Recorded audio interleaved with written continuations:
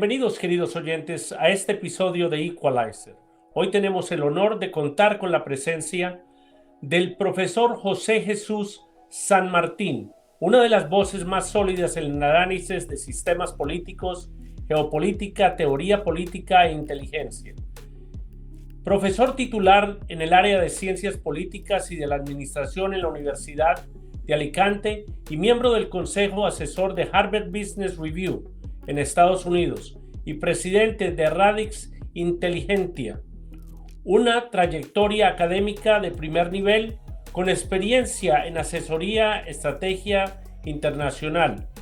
Con él vamos a profundizar en un tema crítico para la seguridad y la calidad democrática: la desinformación en el área de la inteligencia artificial, su uso como herramienta de acción psicológica y la estrategia política y el papel que deberían jugar los medios de comunicación frente a este fenómeno. Bienvenido a este episodio de Equalizer, profesor San Martín. Es un honor tenerlo aquí en su casa, el podcast de Equalizer. ¿Cómo está? Muchas gracias, muy amable. El honor es todo mío. Eres un caballero y un señor, William, y te agradezco mucho la invitación. Gracias.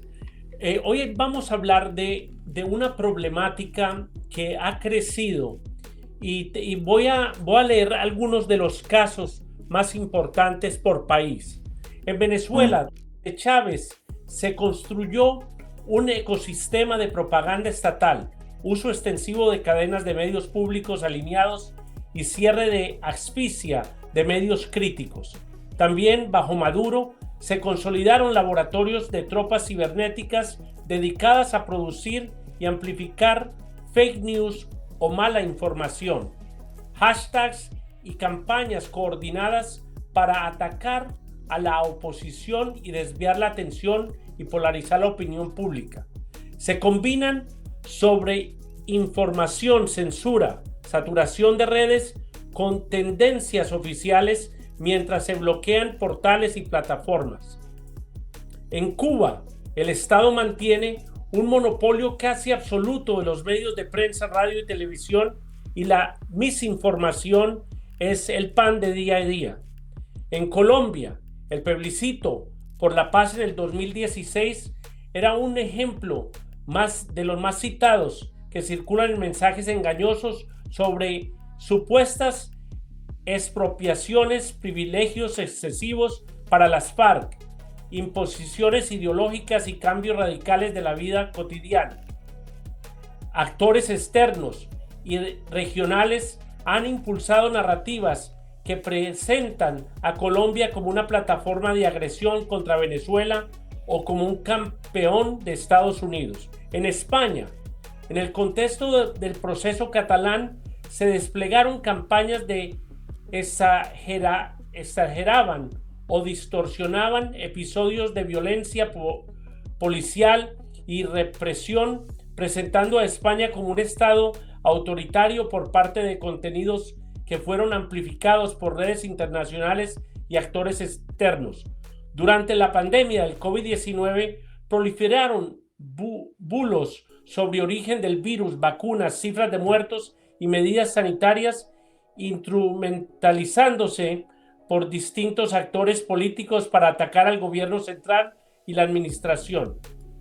Y en Argentina, en los ciclos electorales recientes del 2019 al 2023, se difundieron videos manipulados y rumores de fraude, teorías de complot sobre manipulación de boletas y desinformación sobre propuestas económicas circulando sobre todo esto.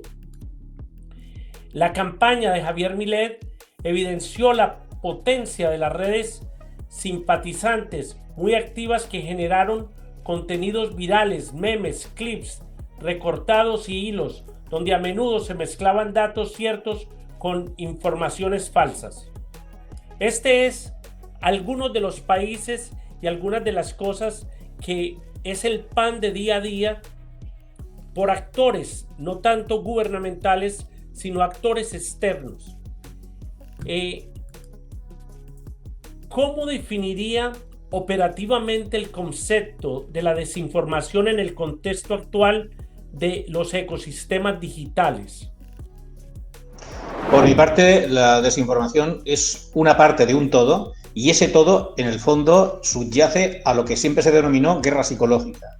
Lo que ocurre es que en esta fase actual tan dura, y que va a ir a peor en los próximos años, la desinformación es uno de los vectores más agresivos, cuando no violentos, que va a afectar a estados, instituciones, profesionales, particulares y también familias, aparte de muchísimas empresas. Eso hay que tenerlo en cuenta. La desinformación se convierte en una manipulación de la realidad con un propósito claramente tóxico y al objeto de conseguir mayormente un beneficio económico o el debilitamiento, la erosión, el desprestigio de un sector o de un objetivo determinado. Pero siempre está buscando algo. Antiguamente, la desinformación, llamada de otra manera, pretendía simplemente socavar las bases de legitimidad de un Estado, de un país o de una persona en concreto en cuanto directivo, líder de ese Estado, de ese país o de una empresa o una corporación, pero ahora también se busca ya directamente un propósito económico. Es muy raro encontrar un caso de desinformación hoy día de los que son desarrollados, digamos, industrialmente,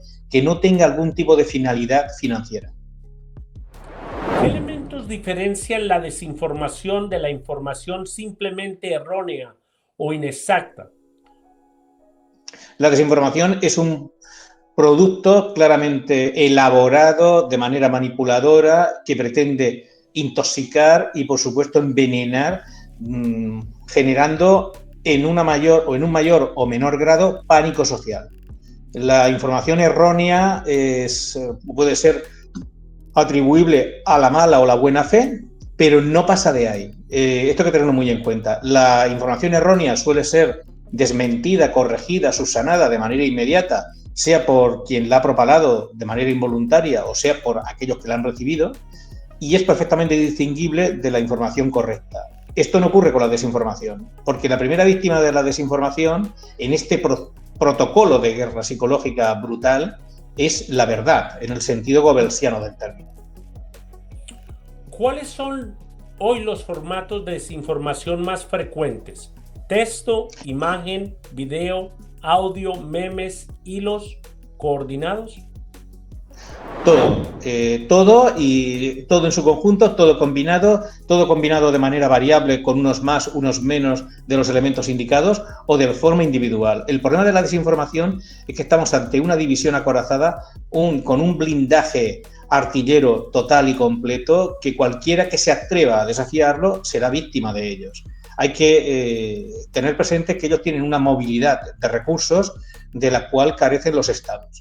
En tanto que no existan leyes draconianas, duras, implacables, contra las fuentes que se benefician económicamente de la desinformación y que son las que las impulsan y las alientan, desde grupos criminales a mafias y, por supuesto, también, hablemos claro, personas, entre comillas, civiles, o sea, directivos empresariales, directivos gubernamentales, que usan la desinformación para, digamos, eliminar competidores dentro del partido, dentro del gobierno, dentro del parlamento, dentro del mundo de la empresa, del sector privado, etcétera. En tanto que ese tipo de penalizaciones económicas no estén funcionando, será imposible. O sea, vamos perdiendo la guerra y vamos a seguir perdiéndola en los próximos años porque yo no detecto voluntad política por parte de la mayor parte de gobiernos más afectados en sus países por la desinformación en resolver el problema. Se está usando mercromina para lo que requiere una operación quirúrgica de hondo calado. ¿Cómo han cambiado las fake news clásicas con la irrupción de contenidos generados por la IA, como deepfakes y voces sintéticas? La revolución va a ser brutal todavía más porque hoy la inteligencia artificial está generando bulos claramente inducidos por grupos tóxicos, por llamarlo de alguna manera. Esas fuentes contaminadoras usan la IA para propagar todo tipo de argumentario delirante, mayormente irracional, que provoque tensión y crispación en la sociedad objetivo de esa irracionalización. El objetivo es fomentar el irracionalismo y desactivar todos los mecanismos de análisis crítico, moderado, sosegado, que nos pueden hacer analizar, evaluar un problema desde una óptica no, digamos, de paradigma aniquilador de fin de siglo o de fin de milenio. Y eso es lo que está ocurriendo. Tenemos una tensión artificial, un odio ideológico y una bipolarización que viene en parte inducida por ese tipo de vectores. Este es el elemento más grave y más serio que se da hoy día en la desinformación, el culto a la irracionalidad. Esto ya lo advirtió Stanley Cohen hace décadas que iba a ocurrir, no en cuanto producto tecnológico conforme lo constatamos hoy día, pero sí en cuanto a lo que evidentemente es el decurso de la mentira y la manipulación en política. Pero Hannah Arendt fue una de las grandes pensadoras que trabajó el tema y lo dejó asentado. La mentira en política tiene recorrido porque es un producto que se compra, se consume y es rentable. ¿Hasta qué punto la segmentación algorítmica de audiencias altera la naturaleza y el impacto de la desinformación? Todo lo que no tenga un control legal y humano puede generar desinformación, y el problema es que hay un número importante de personas que suelen creer, entre comillas, fuentes objetivas, que son producto de la tecnología o resultado de la tecnificación social, y esto al final nos lleva a cometer errores de grueso calado. Como digo, mentiras de alto calibre se están siendo diseminadas porque supuestamente vienen avaladas por una tecnología, por un mecanismo de inteligencia artificial que lo ha dicho así, pero la IA es totalmente manipulable y puede convertirse en algo muy benéfico para la sociedad, pero también en algo maléfico si no se usa adecuadamente y si no se controla en el sentido de evitar que se propaguen mentiras. ¿Quiénes son hoy los actores principales de la desinformación? ¿Son estados, partidos, empresas, grupos criminales o activistas o individuos lone wolf, caseros en una computadora que se pasan las 24 horas del día maquinando a quién le vamos a hacer daño hoy? La figura del lobo solitario también en Internet existe y está ahí, pero lo normal es que este tipo de personaje acabe siendo contratado, y de hecho lo que buscan es ser contratados en la web oscura, sea Tor o cualquier otra, al objeto de prestar servicios a clientes que no pueden aparecer o no pueden vincularse a ese tipo de prácticas inmorales, que son la desinformación. La desinformación está siendo practicada generalmente por grupos criminales, mafias y, por supuesto, por grupos empresariales muy conectados con los que he dicho antes, mafias y sindicatos de crimen, al objeto de lograr, digamos, eliminar competidores en las adjudicaciones públicas y en lo que son concesiones de contrato en organismos públicos. Obviamente, también el sector público está implicado, pero con casos de corrupción bastante detectables. O sea, eso tengámoslo en cuenta. No es que haya administraciones en Occidente que trabajen directamente haciendo fake news o produciendo desinformación de manera escalada. Eso no existe en el sentido industrial del término. Sí puede haberlo en casos sectoriales, pero industrialmente no, ni de forma masiva. Lo que sí que se da, obviamente, es el sometimiento de la voluntad de dirigentes que son chantajeados a través de la desinformación. Y también hay muchos que están implicados directamente en la corrupción, y estos son protegidos por las redes criminales. Hay que tener en cuenta que el sistema de corrupción, por lo general, tiene una parte amable y una parte menos amable. La parte amable son los señores de traje y corbata, que se expresan primorosamente bien y que, digamos, representan la honorabilidad del negocio. Entre comillas lo de honorabilidad y entre comillas lo de negocio. Y luego está la parte oscura, la parte desagradable, que son los caballeros que no son caballeros y que son criminales, terroristas, etcétera, que necesitan el blanqueo de esos capitales, el lavado de activos de manera exponencial, y eso se hace hoy día dando cobertura de desinformación al objeto de impedir investigaciones o reducir el impacto de los investigadores.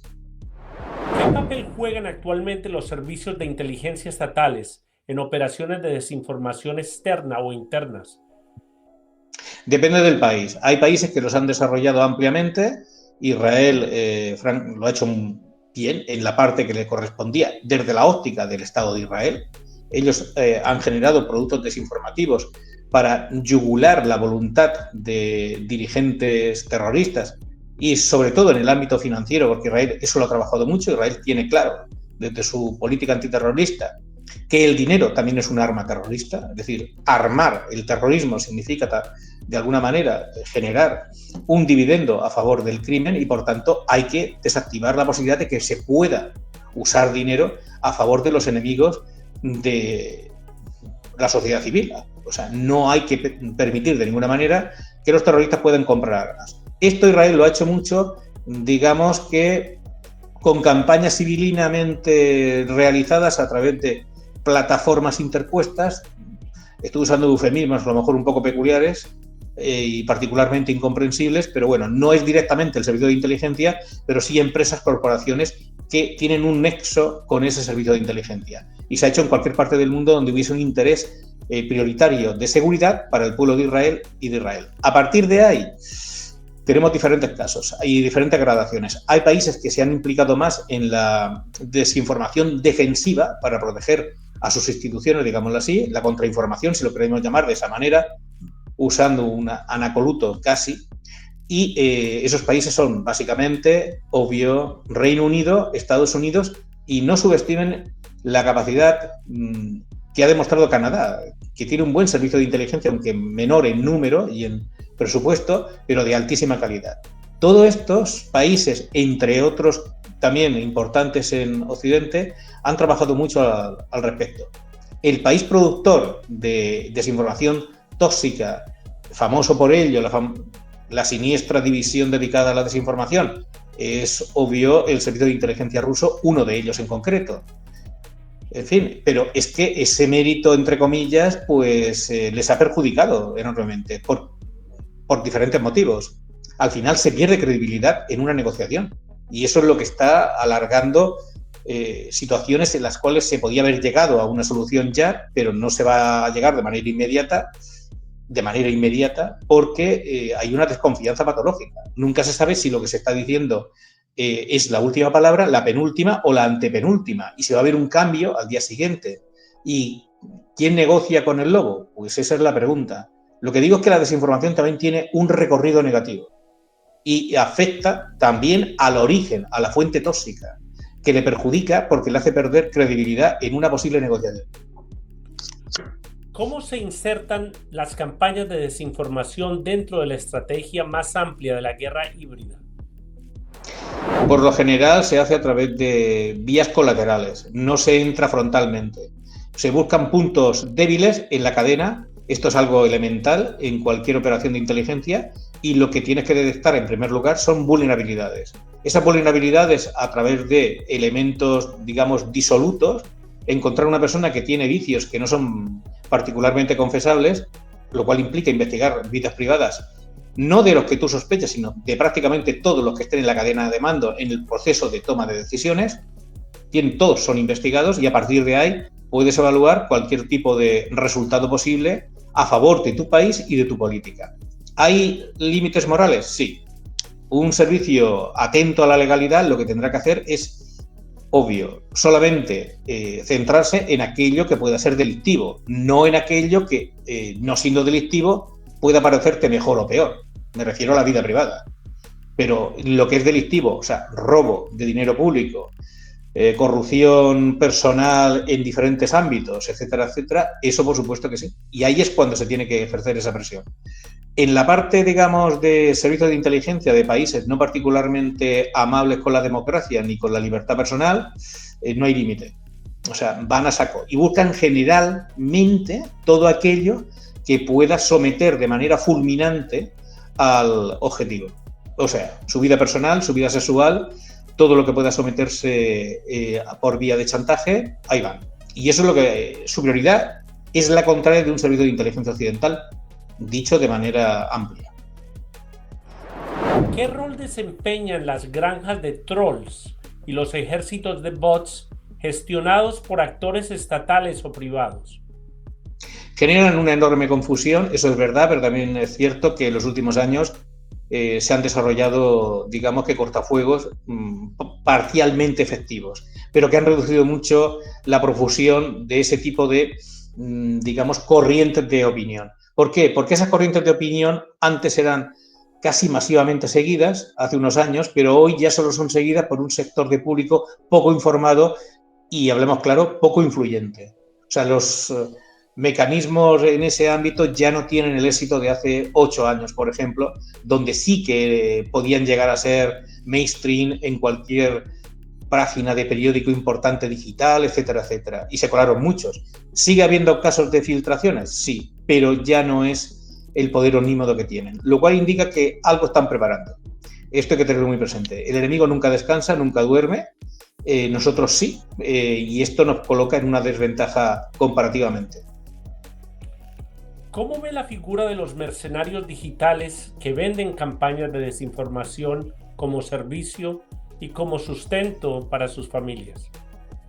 No hay que olvidar una cosa, ese tipo de, entre comillas, actividad no termina ahí.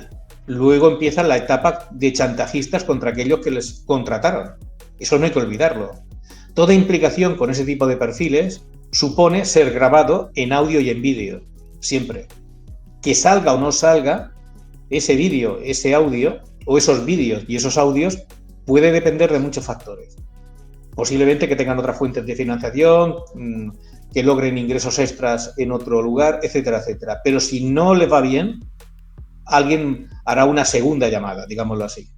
Y esto hay que tenerlo muy presente. Lo digo porque hay personas que están interactuando peligrosamente con este tipo de ciberdelincuentes o cibermercenarios, llámese como se quiera, pero no se dan cuenta de que están dando un abrazo a Satanás, al diablo, en persona. Ahora vamos a tocar la responsabilidad de los medios de comunicación con esta problemática. ¿Qué responsabilidad específica tienen los medios tradicionales en la contención o propagación de la desinformación? Ha habido mucha ingenuidad por una parte, pero también ha habido un enorme oportunismo por el lado de algunos medios que buscaban noticias impactantes y titulares inmediatos.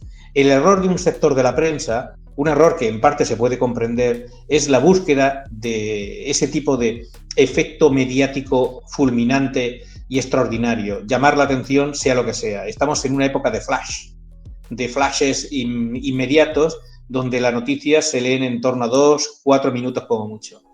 En ese contexto, obvio, los fabricantes de bulos han tenido un enorme éxito porque te fabrican, te preparan, te manufacturan titulares absolutamente impactantes que una parte de la prensa tradicional pues se ha sentido subyugada por ellos. ¿El problema cuál es? La falta de credibilidad, porque una porción no desdeñable de esos titulares son mentiras, directamente, o son exageraciones tan brutales que nada tienen que ver con la realidad, que ha sido distorsionada. Son acusaciones sin base, etcétera, etcétera. Todo esto hay que tenerlo en cuenta. No hay que olvidar que este tipo de bulos suelen responder a un objetivo, y es ocultar una realidad aneja que es particularmente desagradable y que, por supuesto, esa, digamos, fuente tóxica tiene el encargo de construir una narrativa paralela al objeto de ocultar a aquellos que realmente se están lucrando, a aquellos que se están corrompiendo, a aquellos que están traicionando al país y a aquellos que de alguna manera son infiltrados o son agentes u operadores de seguridad, inteligencia, defensa, del mundo empresarial, de la política del país y que han sido comprados por una potencia extranjera. El objetivo, yo he visto varios casos, por ejemplo, ellos sacrifican a un eslabón, digamos, medio bajo de su cadena de cooptaciones, me refiero a un servicio de inteligencia extranjero hostil a Occidente, para dejar fuera de sospecha a aquel que le ha denunciado que es su mejor agente allí. Así de simple. Ni el uno ni el otro saben que los dos trabajan para el mismo poder extranjero y enemigo de Occidente. Esto hay que tenerlo en cuenta porque está ocurriendo mucho en Occidente y también va a ocurrir en Estados Unidos pronto. Lo advierto desde Europa con todo el respeto y todo el cariño a Estados Unidos de América. Mucho cuidado porque tienen infiltrados anti-norteamericanos dentro del país. ¿Qué protocolos editoriales considera imprescindibles para evitar que un medio se convierta en un vector de desinformación? La ética profesional, la transparencia absoluta y un control exhaustivo sobre la veracidad de las noticias y, por supuesto, la ponderación. Yo lo primero que haría sería eliminar los adjetivos de la prensa. O sea, eso de entrada. Hay que acostumbrarse a hablar con verbos y con sustantivos, a la antigua. y describir los hechos de la manera en que ocurrieron tal cual. A partir de ahí se separa lo que es el elemento descriptor del elemento analizador y punto. Pero hay que separarlo uno de lo otro. O sea, es perfectamente legítimo analizar, evaluar, ponderar y comentar. Pero hay que dejar claro lo que es una cosa, los hechos descriptivos, y lo que es otra cosa, el análisis. Y eso redunda en beneficio del medio, del analista, del periodista y del columnista, sea como fuere la fuente que lo haga. Pero lo primero es describir honestamente lo que han sido los hechos y a partir de ahí elaborar no una, sino varias teorías de análisis posible. Hay que plantearse varios escenarios. Esa visión unidimensional, muy sesgada por lo general, con un propósito casi político de manera inmediata, suele ser una trampa saducea que fomentan particularmente dos servicios de inteligencia hostiles a Occidente. Y todos sabemos cuáles son. Sus agentes trabajan activo con los medios de comunicación desde sus países y desde nuestros países. ¿Cómo influye la precariedad laboral y la presión por inmediatez en el riesgo de difundir desinformación desde redacciones periodísticas?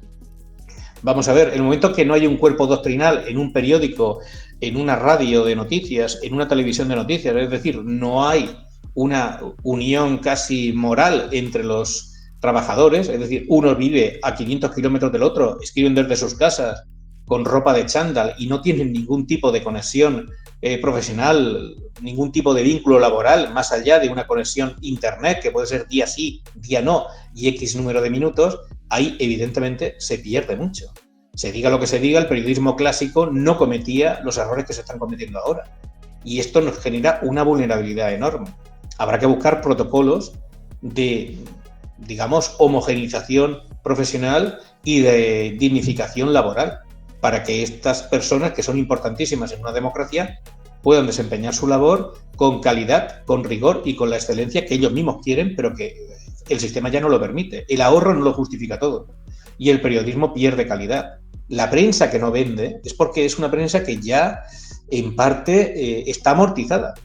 O sea, en el sentido de que no aporta nada nuevo que no se pueda encontrar gratis en Internet. Una prensa especializada, una prensa que alguien paga X dinero por comprar el periódico, por suscribirse a la página online, descargarse el periódico en PDF, etcétera, etcétera, tiene que aportar algo de calidad, de novedad, de originalidad, de rigor, de seriedad, que no aporte, digamos, todo lo que está gratis en Internet. Y eso se puede conseguir. Lo que ocurre es que obliga a tener buenos profesionales, bien motivados y claramente enfocados a la noticia y al hecho. ¿En qué medida la dependencia de ingresos publicitarios y métricas de ciclo condicionan la lucha de los medios contra la desinformación? Es una de las armas financieras favoritas de aquellos que intentan condicionar la voluntad de un medio e incluso doblegar en los criterios que puedan perjudicar a X empresa o X corporación o X gobierno o interés. Esto hay que tenerlo muy en cuenta. Hay países de nuestro entorno, me refiero a los países de la NATO, de la OTAN, que han aplicado medidas proactivas en ese sentido para impedir una concentración que al final pueda obligar a un sometimiento de la línea editorial. Esto hay que tenerlo muy presente porque es algo inevitable y efectivamente es uno de los mayores problemas. La dependencia económica en la cual el poder económico se impone a la función periodística. Esto está ocurriendo por doquier. Mucho cuidado, por tanto, con aquellos que ingresan dinero en un medio de comunicación porque pueden condicionar su línea editorial y te pueden obligar a, digamos, negar lo que ya estaba demostrado o directamente a no publicarlo, no divulgarlo. Esto ha ocurrido, ocurre, siempre ha ocurrido, no es ahora una novedad, pero lo que sí es nuevo en la actualidad es el enorme poder de cooptación que se tiene y la asimilación de esa irregularidad moral como algo inevitable. Esto ocurre en todos los sectores periodísticos de Occidente y es una derrota de la libertad de expresión. Asumirlo como algo inevitable. ¿Cómo debería relacionarse los medios con las plataformas digitales en materia de verificación y moderación de los contenidos?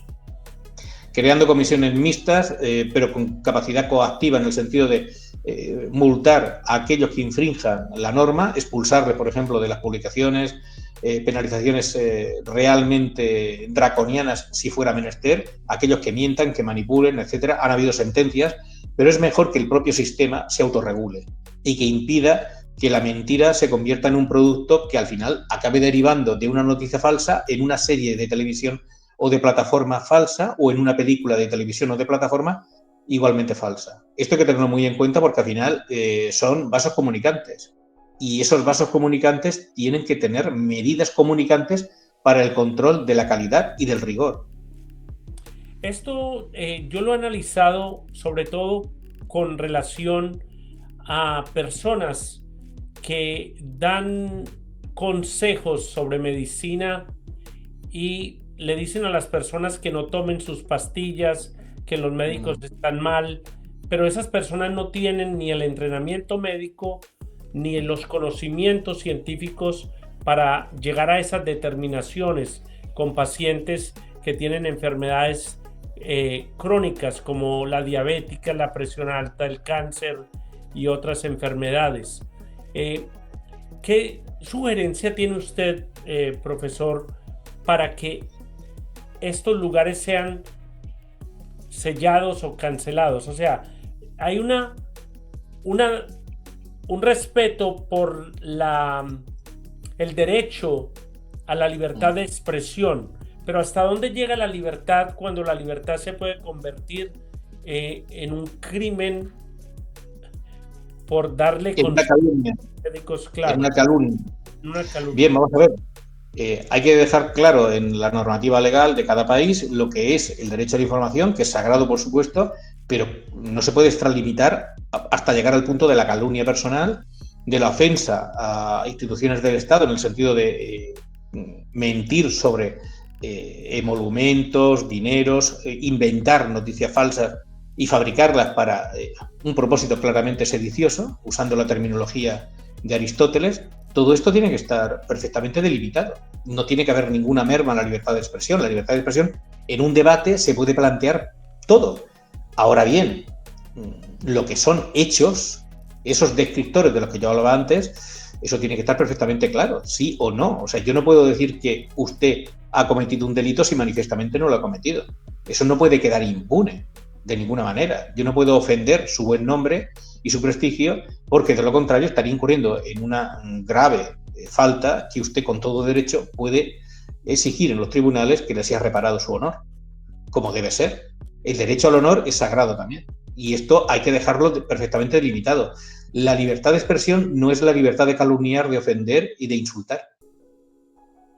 ¿Qué responsabilidades tienen las grandes plataformas como X, Facebook, TikTok, YouTube y otras en la amplificación de la desinformación? Vamos a ver, la medida en que ellos tengan capacidad material, tecnológica y legal de controlar sus contenidos, eso es un debate abierto. ¿Hasta dónde pueden llegar sin controlar a sus clientes? ¿Pueden interferir en qué grado y en qué medida? Depende del país. Y sabemos que hay países que han prácticamente bloqueado algunas de esas plataformas, pero es un designio peligrosamente antidemocrático. ¿Tiene que haber algún tipo de autocontrol? Por supuesto, pero ¿qué hacemos con los elementos, las personas que están allí, que son particularmente vehementes y que insultan, calumnian, ofenden? Pues habrá que instalar moderadores, impedir de alguna manera que ese tipo de debate se pueda degenerar en algo realmente hosco y, por supuesto, grosero, y a partir de ahí habrá que evaluar, así de simple, o establecer mecanismos legales por lo cual haya algún tipo de consultoría legal en las propias plataformas de servicio a los clientes por la cual puedan consultar y haya algún sistema de arbitraje ya regulado previamente en todas las plataformas en la que se pueda, digamos, establecer soluciones a los conflictos antes de llegar a la vía judicial. Pero, desde luego, la situación actual no es asumible. Hay que establecer mecanismos. Yo sugiero el arbitraje, un arbitraje que incluso puede ser voluntario y gratuito por parte de personas eméritas que tengan un prestigio reconocido a nivel social y legal y que generen ese tipo de consenso. pero el que se someta a ese arbitraje tendrá que aceptar el dictamen. No puede eludirlo si le es desfavorable. Esto es una de las propuestas que se puede plantear al objeto de organizar de alguna manera y controlar lo que pueden ser explosiones de ira dentro de redes sociales.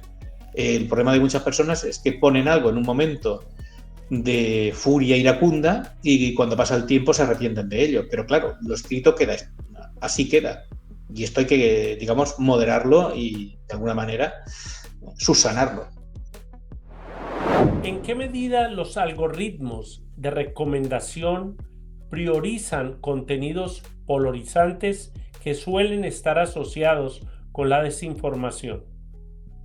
Los algoritmos no son una genialidad y son tan inteligentes y tan tontos como cualquier otro tipo de máquina que pueda existir en el mundo. O sea, santificar todo a través de algoritmos tiene sus límites. O sea, son útiles, tienen su validez, por supuesto, son una herramienta de trabajo, pero siempre, siempre prevalece la persona. Ahí tiene que estar el operador, ahí tiene que estar el tecnólogo, ahí tiene que estar el experto de verdad, que es el que pueda gestionar los algoritmos. Pero convertir un algoritmo en un profeta de la Tierra es un error colosal y lo estamos viendo y lo vamos a ver más. La IA, la inteligencia artificial, está generando muchos desafueros. A ver, se están incluyendo plagios en la IA, no en todas, pero hay plataformas IA que han incorporado textos que no eran, digamos, entre comillas, originales del producto, del propio sistema de inteligencia artificial. Son textos escritos por humanos que han sido absorbidos por la IA y que luego los duplica a diferentes clientes que piden sobre el mismo tema. Y ahí te encuentras pues frases, incluso párrafos prácticamente iguales, de autores que ya publicaron eso en su momento. Por tanto, y el algoritmo a lo mejor te dice que es original, pues la realidad es que no. El algoritmo te dice que esto es por aquí, pues, y la realidad te indica que es lo contrario. En último momento tiene que estar la persona. A mí lo de cuando me plantean que el algoritmo ha dicho esto o lo otro, yo ya prácticamente desconecto. No me interesa. A mí me interesa lo que digan las personas, no las máquinas. Eso pasa mucho cuando uno va a las oficinas del gobierno, que uno tiene un problema con una aplicación y dice la señorita que lo atiende a uno, es que la computadora me dijo, y yo le digo, señorita, la computadora no le pudo haber dicho a usted nada, porque la computadora es programada por una persona. La información que está ahí la tuvo que poner manualmente una persona. Entonces, dígame quién fue la persona que dijo eso, o quién hizo esa ley o esa regla. Pues, y pasa mucho. A medida que vamos avanzando con la tecnología, yo creo que la gente se vuelve más perezosa y todo se lo delegan a las máquinas. Está pasando más y más. Y de hecho hay mayor conformismo. Es una cosa curiosa. Hay una actitud más rebelde dentro de las redes sociales, la gente protesta mucho, pero no pasa de ahí. O sea, curiosamente, luego asumen todo lo que les viene dado a través de la tecnología, las máquinas y, por supuesto, todo ese nuevo maquinismo casi de primeros del siglo XX que dio pie a ideologías poco recomendables, ideologías políticas poco recomendables en Europa y en el mundo. Y ese maquinismo actual está generando problemas de comportamiento político claramente no democrático. O sea, por un lado tenemos una rebeldía onírica y por otro tenemos un conformismo materialista que nos está llevando a desactivar los controles propios de la democracia. Hace 40 años nadie se hubiese creído las tonterías que hoy mucha gente prefiere creer, intuyendo en el fondo, yo creo, que eso es un bulo, pero se prefieren creerla porque es algo que les da protagonismo en las redes sociales. El problema de hoy día es el afán de protagonismo, el narcisismo, ese personalismo en redes sociales. Si no estás en redes sociales, si no estás todo el día interactuando con unos y con otros, pues digamos que estás fuera del mercado, estás fuera de la realidad, no eres nadie. Ya cuesta cada vez más encontrar a alguien, incluso en ámbitos de alto refinamiento cultural, que te hable de un libro, te hablan de Internet. O sea, es una cosa bastante curiosa. Y yo creo que al final estamos generando un problema de comportamiento democrático, porque ya digo que, a ver, esa credulidad voluntaria hacia lo que son manifiestamente mentiras hace 40, 60 años no hubiese tenido ningún recorrido. O sea, con el nivel de cultura de aquella época ya hubiese sido barrido todo ese tipo de elementos.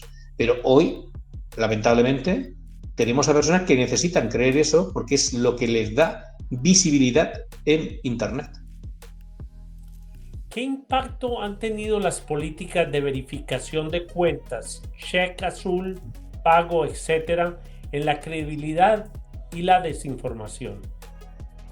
La desinformación es un buque insignia de la guerra psicológica y se ha incorporado a ello, como he dicho al principio, como un elemento sin parangón en la historia de la contrainteligencia dentro de cada país. Es una operación mayúscula y lo que busca siempre son objetivos financieros en la mayor parte de casos. Todo lo demás que no sean objetivos financieros son elementos instrumentales de la desinformación que busca, como digo, esa rentabilidad económica.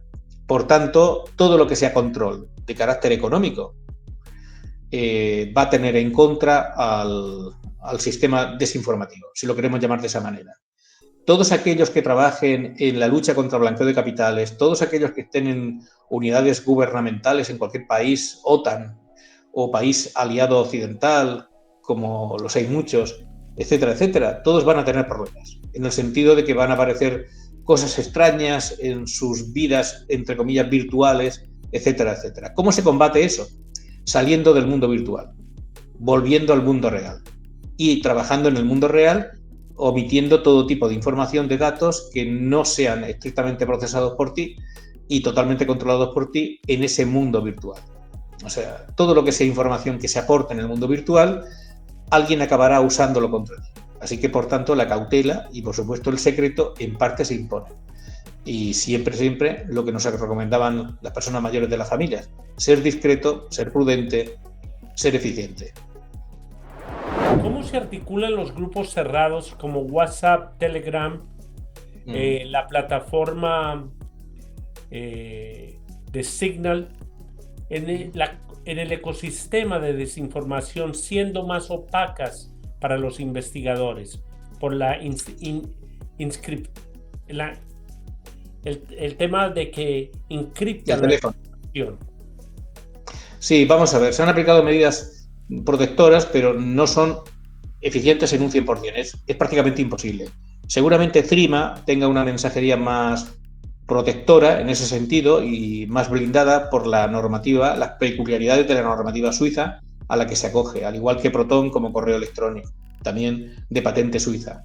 El caso de Signal, el teléfono está protegido, pero vamos a ver, no nos engañemos, hay servidor. En la medida en que haya servidor, los mensajes, los audios, los vídeos, aunque sean destruidos por el emisor y por el destinatario en el minuto primero del envío o en los primeros 10 segundos de envío-recepción, eso queda en el servidor. Y esto hay que contarlo y hay que explicarlo. Y esos servidores pueden ser descargados en cualquier momento, ahora o dentro de 80 años, y, digamos, hacer la vida en un sistema de mensajería de una persona desde que entró hasta que se murió de viejo. Y se pueden descargar todos sus vídeos, sus audios, todo lo que él destruyó y ya no recuerda, todo lo que destruyó su esposa y no recuerda, pues lo mismo. Todo lo que envió siendo novios, todo lo que le envió de feliz cumpleaños, etcétera, etcétera, las canciones, los vídeos de Navidad, todo eso puede ser descargado. La clave estaría en, si uno quiere el secreto completo, en no disponer de un servidor y, digamos, que no haya ningún tipo de reserva, o sea, reservorio, si lo queremos llamar de esa manera, de la información de los datos. Cuando hay servidor, cuando hay base de datos, cuando hay algún sistema, digamos, de memoria, olvidémonos, eso está siendo grabado permanentemente. Telegram fue el que se mantuvo durante unos años ajeno al servidor y funcionaba bien y era muy valorado por oficiales de inteligencia, de seguridad, altos mandos militares, justamente por eso, porque al no haber servidor, el mensaje que se enviaba no quedaba en ninguna parte. Pero finalmente ya, digamos que Telegram ha caído en la red del país de origen y ya lo de Telegram, en fin, tiene una salvaguardia, pero tiene un límite, ya no es como era antes, ni de lejos. No hay ese 100% de privacidad que sí existía anteriormente. ¿Qué riesgos implica delegar en sistemas de IA de las plataformas la designación de qué se ve y qué se censura?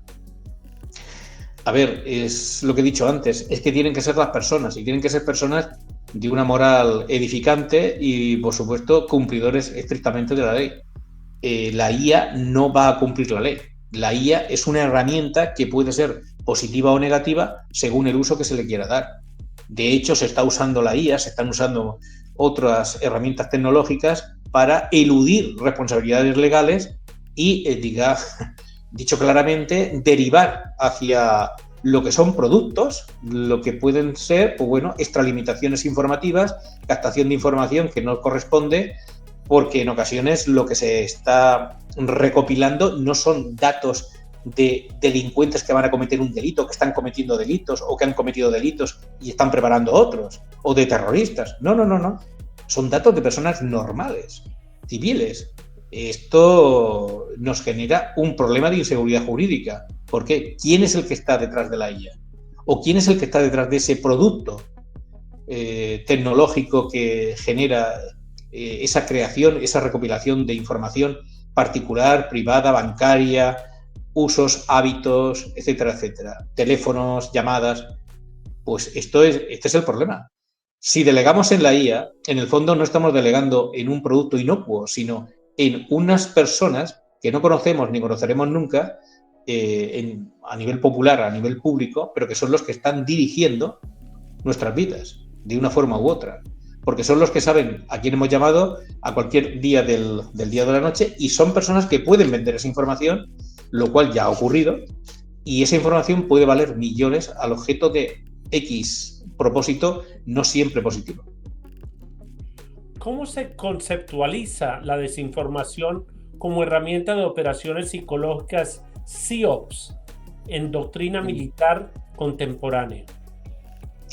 La desinformación es un elemento aquí realmente operativo. Tú tienes que generar una confusión en el bando enemigo al objeto de hacerles creer todas las opciones posibles. Nadie puede estar alerta las 24 horas del día durante todos los días de forma indefinida, porque eso al final debilita todo el sistema de prevención, alerta, alarma, todo lo que se quiera. Entonces, tienes que plantear todas las opciones posibles, incluyendo la que tú estás preparando, y de esta manera bombardear al enemigo. Si ocultas la que va a ser tu verdadera solución, es posible que tu enemigo lo pueda intuir y ahí te puede estar esperando. Hoy se emplea muchísimo la desinformación en este tipo de operaciones, también de carácter militar, antiterrorista y, por supuesto, contra narcotráfico, etcétera, etcétera.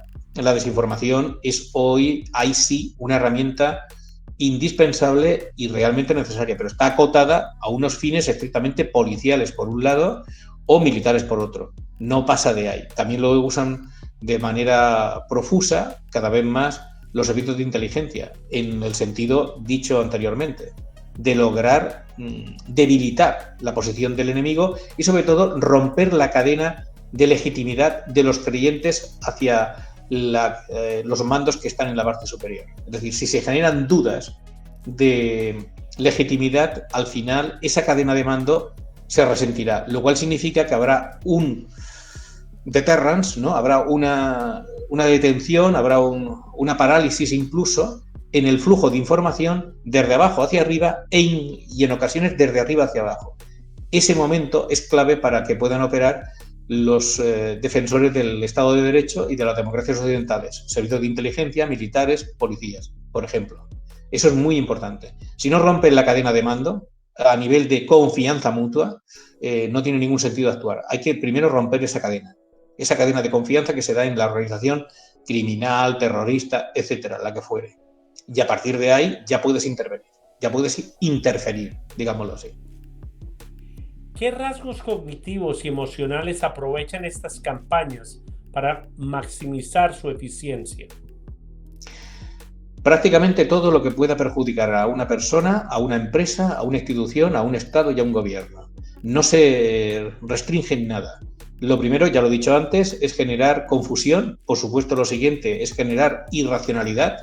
La búsqueda y el culto a la irracionalización progresiva y ascendente en la sociedad. Es algo fundamental que la gente se mueva a través de pulsiones emocionales y no tanto de argumentos racionales buscando aprender los unos de los otros. Eso se rechaza de plano. Lo importante es exacerbar, exagerar hasta el paroxismo una emotividad grandilocuente y fuera de sí, por lo general, y muy importante, obtener de ese clima de ansiedad y, por supuesto, de una situación ansiolítica permanente, ir produciendo más y más dividendos destructivos en el seno de la comunidad, hasta que al final alguien, ese es el objetivo último por lo general de las operaciones de desinformación, se presenta como el que va a resolver el problema que él o su grupo o aquellos que le apoyan desde atrás han generado y han producido. Esta es la clave. O sea, todo es un protocolo. O sea, por lo general, las campañas contra Estados Unidos en diferentes países del mundo vienen de ahí. Es un producto elaborado en laboratorio. Y es un producto que, salvo que se dispongan de los recursos, no me refiero a económicos, no es tanto dinero, sino inteligencia, en el sentido práctico del término, para afrontarlo, pueden tener éxito en cuanto a pérdida de prestigio social en ese país, en esa región del mundo, etcétera, etcétera. Todo esto hay que tenerlo muy presente porque son elementos de generación de pánico social que al final acaben pasando una factura política e impidiendo que las fuerzas occidentales se acaben imponiendo y ganan pues los que son claramente antidemocráticos, antioccidentales y por supuesto radicales y generalmente corruptos. Porque el objetivo, insisto, es el dinero. Esto ya hace tiempo que dejó de ser ideología. Esto va por el dinero. ¿Cuáles son hoy los indicadores tempranos que permiten inferir que se está desplegando una operación psicológica basada en desinformación? Una profusión de datos totalmente contradictorios, con una carga emotiva enervante, cada vez mayor en el sentido de generar tensión creciente y pulsiones prácticamente paleolíticas, si lo queremos llamar de esa manera, una crispación fundada en credos que son excluyentes y un paroxismo expresivo donde la retórica se convierte en un arma de combate. Cuando yo cuento más en una oración más adjetivos que sustantivos, ya sé que hay algo peligroso por ahí. Es algo así de simple y así de concreto. Eso no es normal. Cuando la opinión sesgada, fanática, extremista se impone a los hechos y a los descriptores, como les he denominado anteriormente, ya sabes que hay algo en marcha. Puede que sea parte de la operación ese tipo de exponente, de periodista o de comentarista o de político o de persona, o puede que simplemente sea un seguidor, un fanático, que ve ahí la forma de subir y estar presente en el medio de comunicación de Internet. Eso es lo que les interesa. La gran tragedia de muchas personas hoy día es lo que hace 100 años era una gran ventaja, y es ser insignificante. El culto a la vida privada se ha perdido. Ahora se desea una vida pública permanente, y esta es una tragedia. La vida privada bien hecha te da una tranquilidad, una serenidad y una sabiduría que la vida pública permanente destruyen por completo. Y esto hay que empezar a aplicarlo con tranquilidad y recuperar el laconismo de los estoicos, que eran los grandes maestros de vida junto a nuestro Señor Jesucristo. ¿Cómo se ha incorporado la desinformación y la IA en las estrategias de campaña electoral a nivel global? Lo estamos viendo cada vez más en el sentido de discursos mutuamente excluyentes, marcando líneas rojas en contra de unos y de otros, generando una división social que no existe en la realidad, al menos no por ahora, buscando demonizar al otro y no intentar persuadirle y ganarle, ofensas al respeto de los votantes, y aquí se confunde por completo cosas que Churchill o De Gaulle nunca hicieron, por hablar del caso de Europa, pero que tampoco hicieron, por ejemplo, ni la mayoría de presidentes demócratas y republicanos del siglo XX, donde lo que se pretendía era atraer al otro, al que vota al otro, con respeto y con, digamos, un buen programa. Esto es lo que hizo Reagan para atraer el voto de los demócratas moderados, y lo consiguió. O sea, los demócratas de Reagan existieron y él los cautivó durante su mandato. Pero es que si Reagan hubiese sido posible reelegirle más, habría ganado en el año 89, 88, 89. Todos lo sabemos. Y eso es lo que se ha perdido. Hoy se excluye el uno al otro. Se crean dos bloques antitéticos, totalmente contradictorios, enfrentados entre sí, y se rompe por completo la zona de intercambio, de transferencia del voto de unos a otros, lo cual significa generar una sociedad política esclerótica. A partir de ahí, el radicalismo campa a su aire. El caso del presidente Reagan, que he citado, que yo le tengo una enorme estima y le valoro muchísimo todavía hoy, me pareció paradigmático de cómo se puede conseguir una política al mismo tiempo liberal y conservadora, al mismo tiempo de una derecha democrática, respetable y honorable, en el sentido más noble del término, pero generando apoyos en niveles sociales que eran inimaginables. Reagan hizo algo que hoy día ya no se hace: pedagogía de la acción política. Él explicaba lo que hacía y por qué lo hacía. Y eso la gente lo entiende, porque se entiende perfectamente lo que es un mensaje aquí o allá. Eso lo hacía también Churchill, eso lo hacía De Gaulle, pero eso lo hacía también Adenauer en Alemania después de la Segunda Guerra Mundial. Ese perfil de estadista, eso es lo que hoy necesitamos, que vayan sumando y no perdiendo. ¿El problema cuál es? Pues es evidente. Los conflictos internos dentro de los grandes grupos ideológicos que realmente solo creen en la ideología unos sectores minoritarios, pero que esa ideología se usa como mecanismo de control para la mayoría, pues lo que buscan son cuotas de poder, pero no generar una mayoría social que apoye una política determinada conveniente para el país en esta época. Ya se ha renunciado a esa mayoría. Cada uno tiene, digamos, un acantonamiento, un grupo que puede ser un porcentaje de población, y a partir de ahí, con su cuota de poder, negociando aquí o allá, se intenta mover aquí o allá, pero nada más. No se aspira a esa gran mayoría social. Y ese es un problema, porque la democracia, ya lo dijo Aristóteles, es mesocracia, es el gobierno de las clases medias.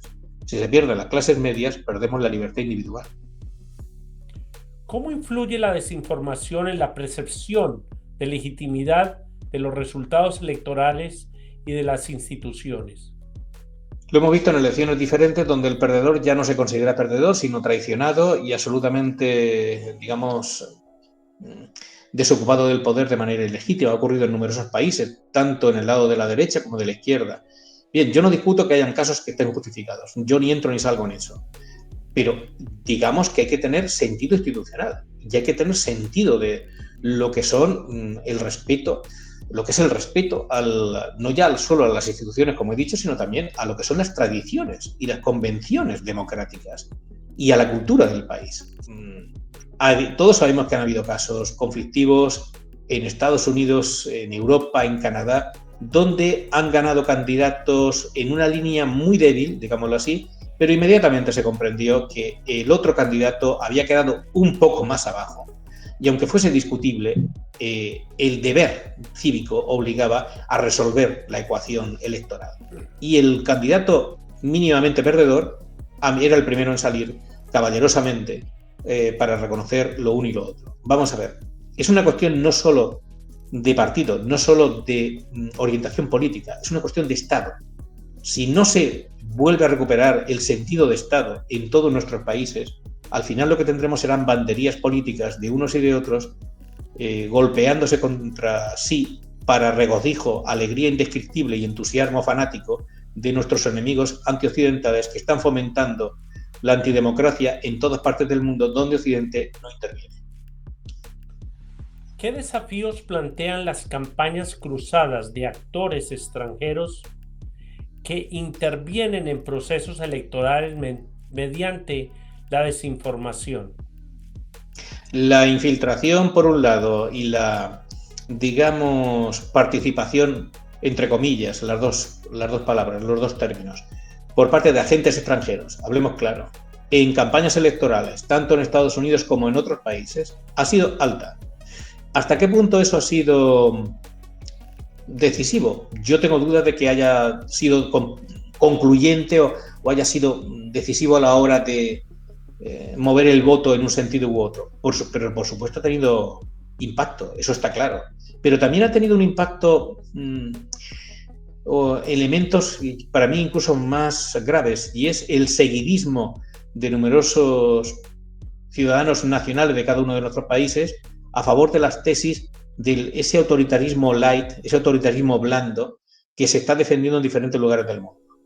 Hay un problema serio. y hay un problema serio de un autoritarismo de baja intensidad que se está infiltrando en nuestros países, donde todos se acusan unos a otros de autoritarismo, de falta de respeto a las instituciones. Eso ya es un caldo de cultivo para un problema mayor a corto y medio plazo. Y eso hay que tenerlo en cuenta. Y sí, la infiltración existe, la, digamos, manipulación también se ha dado. Todo indica que va a seguir. Ellos lo van a seguir intentando, nuestros enemigos antioccidentales, y hay que partir de un hecho. ¿Nosotros en qué lado estamos? Estamos en el lado correcto. Somos occidentales, somos demócratas y creemos en la libertad de la persona, en la libertad individual. La base de la libertad es muy simple, es hacer todo aquello que no perjudica al prójimo en el sentido, digamos, profiláctico del término, en el sentido positivo y constructivo más noble de la democracia. Pues esto es lo que se está planteando hoy día. Y tenemos un problema muy serio porque si no se unen fuerzas contra la desinformación, en el fondo la guerra psicológica de los dirigentes extranjeros del autoritarismo light acabará imponiéndose y se generará una división, un bloqueo, un odio social en nuestros países que ya hoy por hoy tenemos que vencer. O sea, no puede ser que un compatriota se convierta en tu enemigo porque alguien fuera del país ha hecho una campaña tan potente que al final tú acabas odiando más a tu vecino que al enemigo ideológico que quiere destruir tu libertad, tu país y tu patria. ¿Cuáles son hoy las herramientas de IA más utilizadas para generar contenido falso? Generadores de texto, imagen, video o voz. En la primera etapa fue mayormente todo lo referido a imagen, pero aquello tuvo un recorrido muy limitado, en tanto que era obvio que eran falsedades brutales y era fácilmente demostrable. O sea, se manipularon muchas imágenes, incluso vídeos, etcétera, etcétera. Van a seguir habiéndolos, por supuesto, pero es fácilmente demostrable que no son reales. Hoy día ya se está trabajando y elaborando más en lo que es texto. ¿Por qué? El texto de alguna manera tiene una credibilidad mayor. Se están haciendo productos entre comillas, de desinformación realmente notables, en el sentido de altísima calidad, parecen decretos, órdenes, leyes, decisiones judiciales, fallos judiciales, sentencias judiciales, mucho en referido de sentencias judiciales, por ejemplo, que parecen totalmente reales, con todos los nombres, todo verificado, o sea, muy elaborado, muy trabajado. Ahí es donde tenemos el problema. ¿Por qué? Porque se están colando documentos que pasan por válidos y realmente no lo son. Ahí tenemos una dificultad añadida también porque es complicado demostrar de manera fulminante e inmediata la falsedad de un documento que te llega de un país, etcétera, etcétera. La cautela se impone. Vamos a tener problemas en ese sentido porque también, por ejemplo, la infiltración está llegando en órdenes de compra de empresas a nivel internacional. Están perjudicando la reputación de empresas mayormente buscando el choque entre empresas, voy a hablar claro, europeas y norteamericanas. Cuando digo norteamericanas me refiero de Estados Unidos y Canadá. Y que haya una guerra civil económica entre occidentales. Ese es uno de los objetivos que ahora mismo estamos detectando. Y no voy a entrar en detalle de qué empresas son, pero algunas vuelan alto, entre comillas. Una observación que yo he hecho en los últimos tiempos es que para ahorrar dinero, muchas corporaciones a nivel mundial están mandando toda su información a servidores en India, Pakistán y otros países,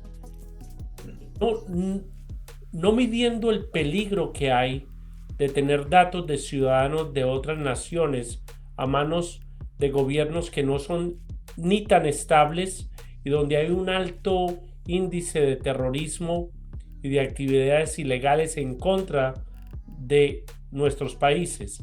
¿Usted piensa que debería de continuar esta práctica? Yo pienso que debe haber un control exhaustivo que garantice el anonimato absoluto y la salvaguardia de los datos personales, y que en tanto que eso no se pueda garantizar, hay que salir de donde no esté esa información bien resguardada. No se puede, digamos, afrontar el escenario de negarle a un país la posibilidad de trabajar con una empresa norteamericana, española, francesa o alemana, pero sí se puede plantear la salvaguardia de los datos. Y a partir de ese argumentario impecablemente legal y material, uno rescindir el contrato.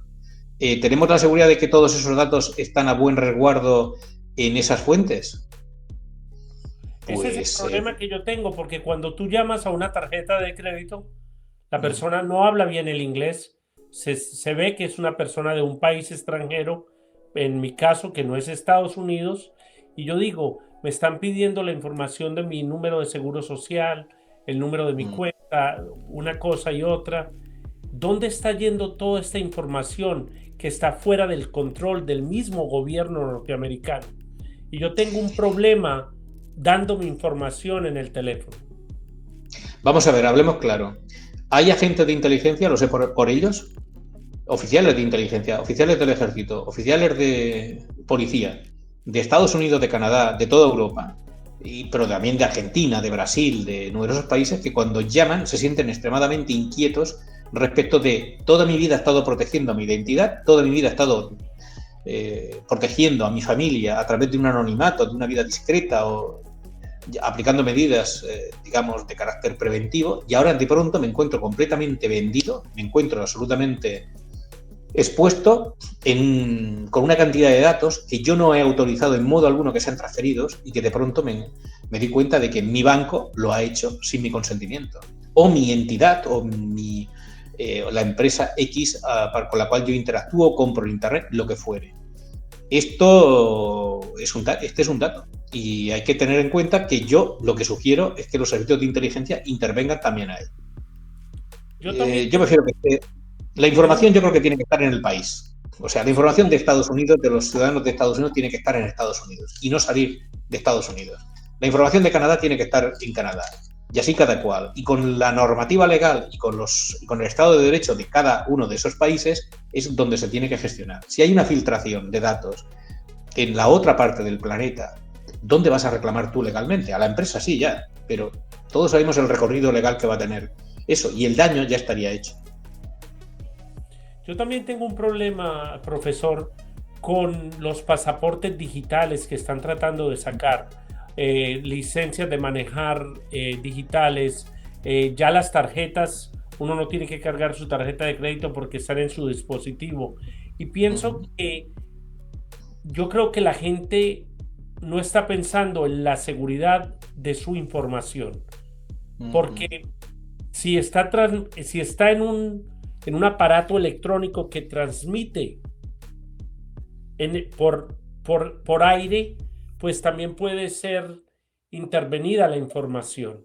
Si el pasaporte de uno está ahí, la información está al aire libre de cualquiera que la quiera obtener.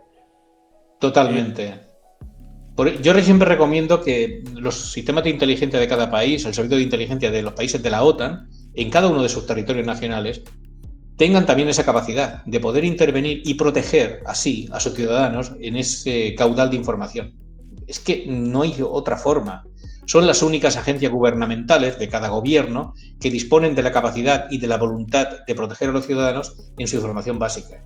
Y son ellos los que realmente tienen que disponer de los instrumentos para poder garantizar esa, discreción, anonimato, llámese como se quiera. O sea, es la única fuerza que puede.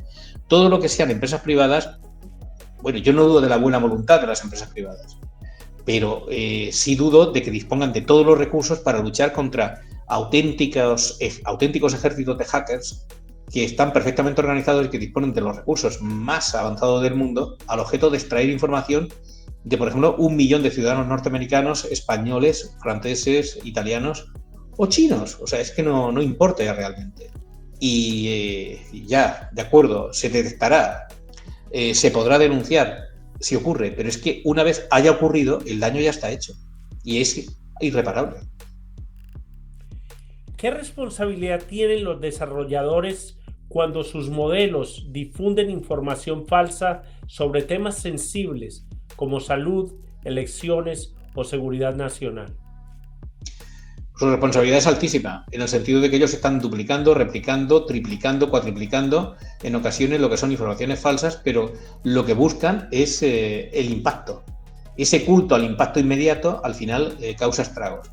Habría también que resolver ese vector de inseguridad, donde se producen fisuras a la veracidad de carácter sistémico. Y esto hay que tenerlo en cuenta. Que hay desarrolladores que funcionan mejor y que trabajan francamente bien, de acuerdo.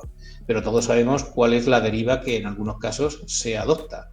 Está todo muy sin hacer. O sea, hay falta de derecho. Ahí tienen que intervenir los grandes operadores jurídicos de los países más importantes y establecer primero un marco nacional más riguroso y, por supuesto, luego un marco internacional de común acuerdo entre los principales países, al objeto de que el delincuente cibernético no pueda huir de un país a otro saltando las fronteras ciber como si esto fuese una olimpiada en las vallas. ¿Qué recomendaciones daríamos para finalizar este programa, profesor, para la audiencia que nos escucha en Latinoamérica, en Europa y Estados Unidos, de cómo navegar esta nueva ola de desinformación y no creer en todo lo que está en las redes sociales? Porque hay mucha gente, yo he tenido hasta alegatos con personas, pero es que en la página tal y tal me dijeron esto, falso. Yo doy el ejemplo de Venezuela. Todos los días que usted abre, dicen, ya hoy atacan, ya mañana atacan, ya entró en 5 minutos es eminente, ya va a salir Maduro. Y tienen a la gente en un nerviosismo y en un estado psicológico malo, porque pues no tienen la información ellos en el país por el control y la censura mediática, y lo poco que les podemos dar y brindar es la verdad, pero lo que obtienen es una cantidad de falsedades. Yo lo que recomiendo siempre es leer diferentes fuentes, incluso de diferente credo. No digo que se aplique el término medio, la teoría del término medio de Aristóteles, pero que partan de diferentes enfoques. A partir de ahí que busquen simplemente los descriptores, los hechos en sí, qué fue lo que ocurrió. Nada de opinión. O sea, el problema de hoy día es que la prensa opina más de lo que informa. Y eso ha matado una parte importante de lectores. Muchos periódicos se quejan con razón de que no les compran los ejemplares. Pero es que también se ha, de alguna manera, abandonado la profesión clásica. Y esto es un conflicto. Antes uno compraba un periódico y tenía información perfectamente definida y luego habían unas columnas de opinión, otras de análisis, y habían incluso evaluaciones numéricas, cuantitativas, aritméticas respecto de parámetros, lo que hoy se llamarían algoritmos, han dado estos resultados. Todo estaba perfectamente definido y separado, y el periódico ofrecía todo con rigor. Hoy no, hoy todo se sustrae a la información inmediata y a la búsqueda de, valoración personal que gratifique la opinión supuestamente del lector. Yo lo que diría es que busquen los descriptores y a partir de ahí se queden en un sitio tranquilo. Y respecto de las fuentes tóxicas, yo lo que sugiero siempre a los gobernantes en las reuniones que tenemos es que abandonen ya la política defensiva de solo esperar el golpe y reaccionar, y que adopten ya una política ofensiva de atacar. Es decir, hay que ir contra las fuentes tóxicas que están claramente envenenando la opinión pública y las que están irradiando calumnias y bulos, y al objeto de, digamos, deslegitimar instituciones y provocar colapsos dentro de los estados, que es lo que se pretende. Si todo ello se pudiese demostrar con pruebas evidentes, ahí sí el Estado tiene que atacar penalmente, me refiero con la ley en la mano y aplicando el derecho. Pero todo lo que sean actitudes estrictamente defensivas son una victoria táctica y estratégica en las dos dimensiones por parte de las fuentes tóxicas y quienes les apoyan desde atrás, que son inteligencias de países antioccidentales y, por supuesto, intereses económicos espurios que lo que buscan es sustituir a Occidente en una parte importante del mundo. Muchísimas gracias, profesor San Martín, por estar aquí en este programa. Es un honor siempre tenerlo, aprendo mucho de usted, el conocimiento suyo es increíble y lo que nos falta es tiempo para continuar desmenuzando todos los problemas que afligen a nuestros países en temas de seguridad e inteligencia. Muchas gracias, William. Es un honor para mí y te considero un caballero y un señor que hace, honor de su palabra y de su comportamiento. Dios me lo bendiga y me saluda su señora madre, siempre la tengo en mi corazón y mis oraciones. Igualmente muy agradecido. Gracias. Hemos llegado al final de este episodio. A lo largo de esta conversación con el profesor San Martín, hemos desmenuzado cómo la desinformación potenciada por la inteligencia artificial se ha convertido en un instrumento central para manipular percepciones, polarizar sociedades y erosionar la confianza en las instituciones. Su mirada, apoyada en décadas de estudio de los sistemas políticos y de la inteligencia, nos recuerda que sin ciudadanía crítica, medios responsables y marcos éticos y normativos claros para la IA, las democracias seguirán siendo profundamente vulnerables a la manipulación informativa. Quiero agradecer profundamente a nuestro invitado, el profesor San Martín, por su tiempo, su generosidad y por ayudarnos a entender mejor un tema tan complejo y urgente. Sus aportes enriquecen no solo este espacio, sino también el debate público que tanta falta nos hace. A ustedes, nuestros queridos oyentes, gracias por acompañarnos una vez más. Si este episodio le resultó útil o interesante, por favor denle me gusta, compártalo con sus familiares y amigos y síganos en los enlaces que aparecen en pantalla para no perderse los próximos contenidos. Y un agradecimiento muy especial a nuestro equipo de producción. Sin su trabajo silencioso, su profesionalismo y su valiosa cooperación, este programa simplemente no sería posible. Nos encontramos en el próximo episodio. Gracias por estar con nosotros. Dios los bendiga.